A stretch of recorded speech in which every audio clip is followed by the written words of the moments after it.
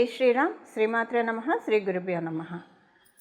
2025 సంవత్సరం మే నెల 15వ తారీఖు నుంచి దేవగురువైన బృహస్పతి ఆయన సంచారాన్ని మారుస్తూ ఉన్నారు. ఇన్నాళ్ళు వృషభ రాశిలో సంచారం చేసిన బృహస్పతి ఇక్కడి నుంచి మే 15వ తారీఖు నుంచి వృషభ రాశి నుంచి మిథున రాశిలోకి ఆయన బంగారు పాదాన్ని మోపుతూ ఉన్నారు. మిథున రాశిలోకి ఆయన ఆగమనము ద్వాదశ రాశుల వాళ్ళకి ఎలాంటి ఫలితాలని ప్రసాదిస్తుంది, ద్వాదశ లగ్నాల వాళ్ళకి ఎలాంటి ఫలితాన్ని ప్రసాదిస్తుంది అన్న విషయాన్ని మనం తెలుసుకుందాము. నవగ్రహాల్లో దేవగురువైన బృహస్పతి మరియు శనీశ్వరుడు వీళ్ళిద్దరి సంచారము కూడా రాశులు మారేప్పుడు ప్రత్యేకతలు ఉంటాయి. ఉదాహరణకి శనీశ్వరుడికి ఏలినాడు శని ఉంటుంది, అర్ధాష్టమ శని ఉంటుంది, అష్టమ శని ఉంటుంది. కొన్ని రాశుల వాళ్ళకి ఏలినాడు శని, కొన్ని రాశుల వాళ్ళకి అర్ధాష్టమ శని, కొన్ని రాశుల వాళ్ళకి ఏలినాడు శని ఇలా ఉంటుంది, అష్టమ శని ఇలా ఉంటుంది.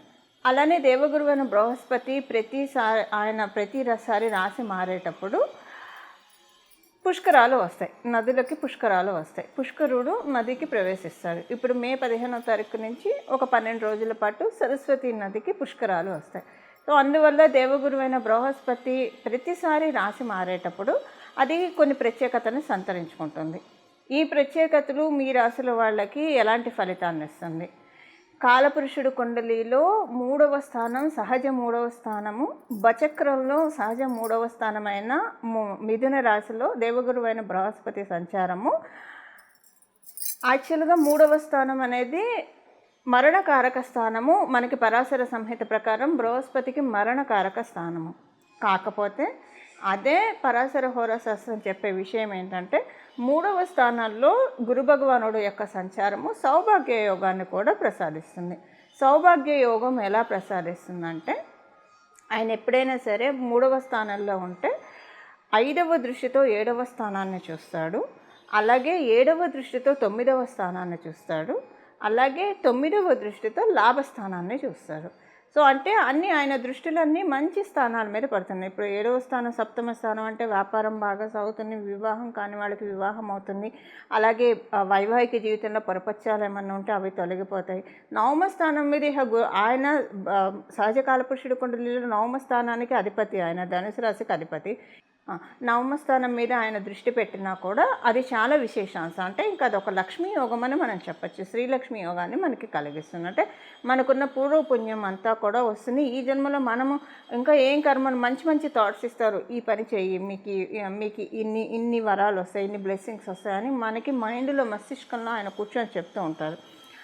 అలాగే ఆయన లాభస్థానం అంటే ఇక చెప్పక్కర్లేదు, ఫైనాన్షియల్గా బాగా ఉంటుందన్నమాట. అందరితోటి బాగుంటుంది, ఫైనాన్షియల్గా టర్మ్స్ బాగుంటాయి. ఇది మిథున రాశిలో ఉంటూ సహజ కాలపురుషుడు కుండలిలో 3వ స్థానంలో. మళ్ళీ ప్రతి రాశి వాళ్ళకి ఇది మారుతుంది, కానీ సహజ కాలపురుషుడు కుండలిలో 3వ స్థానం అవ్వడం వల్ల ఈ మరణకారక స్థానానికి సింపుల్ కాన్సలేషను ఆయన సౌభాగ్య యోగాన్ని కూడా ప్రసాదిస్తున్నాడు. 2 ఉన్నాయి.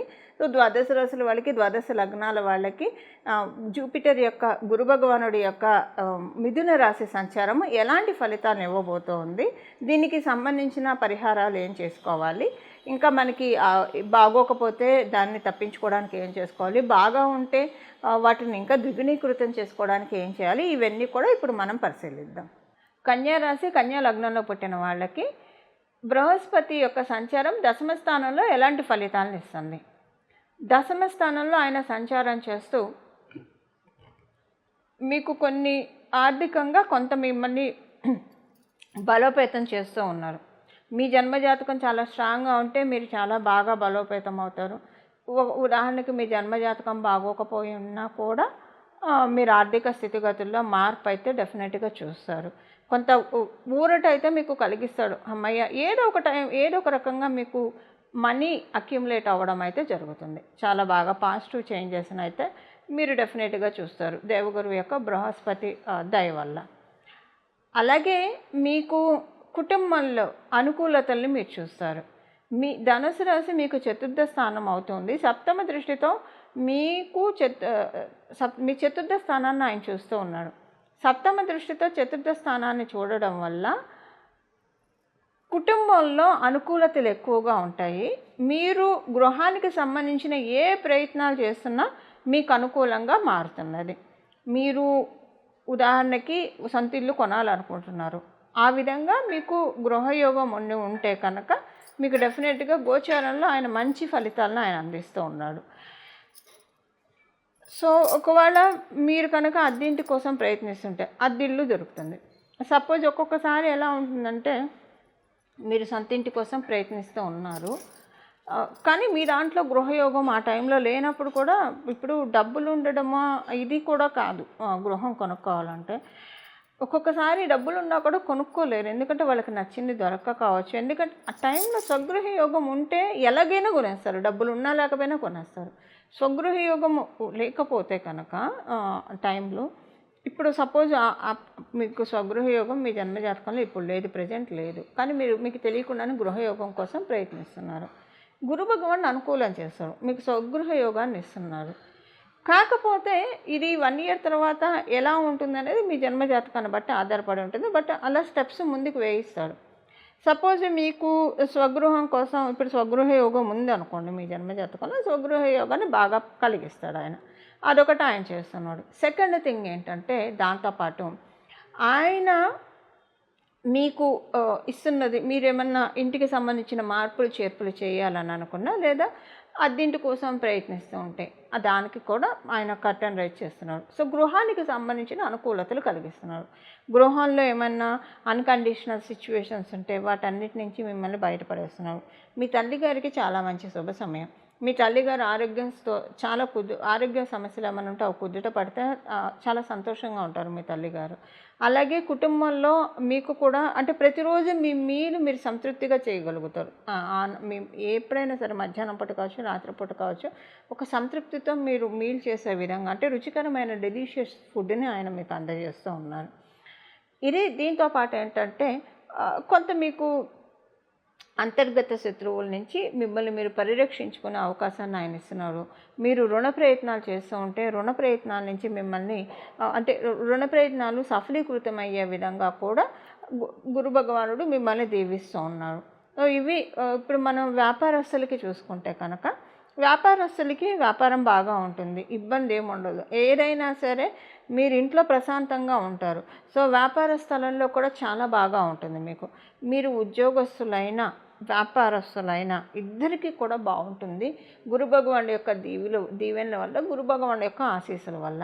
ఇది ఇప్పుడు కాంపిటేటివ్ ఎగ్జామ్స్ రాసే వాళ్ళకి కాంపిటేటివ్ సక్సెస్ చాలా బాగా ఉంటుంది. అలాగే మీకు మనము అంటే ఏదైనా మీరు కోర్టు కేసెస్ ఇలాంటివి ఏవైనా ఉంటే అలాంటివన్నీ కూడా క్లియర్ అవుతాయి. కేసులు ఏమైనా ఉంటే అవన్నీ కూడా పెండింగ్ కేసెస్ అన్నీ కూడా క్లియర్ అయిపోతాయి. ఈ విధంగా గురు భగవానుడు మిమ్మల్ని బ్లెస్ చేస్తూ ఉన్నారు. ఇది కన్యారాశి కన్యా లగ్నంలో పుట్టిన వాళ్ళకి గురు భగవానుడి యొక్క దశమ స్థాన సంచార ఫలితాలు. మిథున రాశిలో ఆయన సంచారము అన్ని రాశుల వాళ్ళకి యోగించే విధంగా ఉండడానికి దత్తాత్రేయ స్వామి వారి ఆరాధన చేయాలి.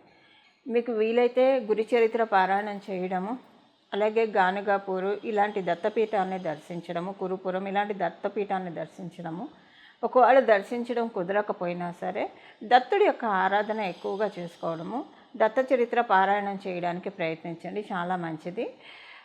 ప్రతిరోజు కూడా ఈ నామం ఇప్పుడు మనం తెలుసుకోబోయే నామము సర్వకాల సర్వావస్థలందు కూడా చేసుకోవచ్చు. అంటే మీరు ఏ కండిషన్లో ఉన్నా సరే నామజపానికి తప్పు ఉండదు. కాబట్టి ఇప్పుడు మనం తెలుసుకోబోయే నామాన్ని ప్రతిరోజు కూడా మనసులో జపించుకుంటూ ఉంటే, మీరు ఏ పని చేస్తూ ఉన్నా మనసులో జపించుకుంటూ ఉంటే కనుక గురు భగవానుడి యొక్క మిథున రాశి సంచారంలో ఆయన బచక్రంలో 3వ స్థానంలో ఉంటూ ఇచ్చే సౌభాగ్య యోగాన్ని మనందరం కూడా అందుకోవచ్చు. ఇప్పుడు ఆ నామం ఏంటో మనం చూద్దాం. దత్తం భజే గురు దత్తం భజే అత్రి అనసూయ పుత్ర దత్తం భజే. దత్తం భజే గురు దత్తం భజే అత్రి అనసూయ పుత్ర దత్తం భజే. దత్తం భజే గురు దత్తం భజే అత్రి అనసూయ పుత్ర దత్తం భజే. ఈ నామాన్ని జపించుకుంటూ ఉంటే కనుక చాలా అంటే చాలా చక్కటి ఫలితాలని గురు భగవానుడు మనకి ప్రసాదిస్తాడు. ఇలా మనమందరం కూడా గురు భగవానుడి యొక్క కృపకి పాత్రలవుతూ గురు భగవానుడు జ్ఞానాన్ని కలిగిస్తాడు. జ్ఞానం వల్ల ఏంటంటే అజ్ఞానం అనే చీకట్లు తొలగిపోతాయి. ఎప్పుడైతే అజ్ఞానం అనే చీకట్లు వీడిపోతాయో మన జీవితంలో సుఖ సంతోషాలు సమృద్ధిగా ఉంటాయి, వాటికి ఎప్పుడూ కొదవ ఉండదు. ఇలా మన జీవితాన్ని జ్ఞాన సముపార్జనతోటి జ్ఞానార్జనతోటి మన జీవితాన్ని మనం అందరం కూడా నడుపుకోవాలని చెప్పి, జ్ఞానధనంతో అజ్ఞానం మన అంధకారాన్ని రూపుమాపాలని చెప్పి నేను కూడా మనందరి తరఫున మనస్ఫూర్తిగా శిరస్సు వంచి దత్తాత్రేయ స్వామి వారిని వేడుకుంటూ, శ్రీ గురుదత్త, జై గురుదత్త, శ్రీ దత్త శరణం మమ, మంగళం, నమో భగవతే వాసుదేవాయ.